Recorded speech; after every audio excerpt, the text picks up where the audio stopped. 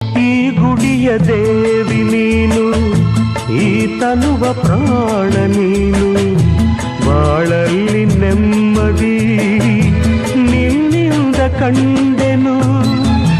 ನೀ ಅಳಲು ನೋಡಲಾರೆ, ನೀ ಇರದೆ ಬಾಳಲಾರೆ.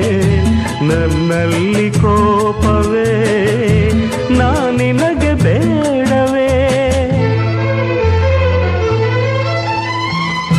ನೀ ದೂರವಾದರೆ ನನಗಾರು ಆಸರೆ. ನೆರಳನ್ನು ಕಾಣದ ಲತೆಯಂತೆ, ಬಿಸಿಲಿಗೆ ಬಾಡಿದ ಹೂವಂತೆ, ಸೋತಿದೆ ಈ ಮೊಗವೇಕೆ.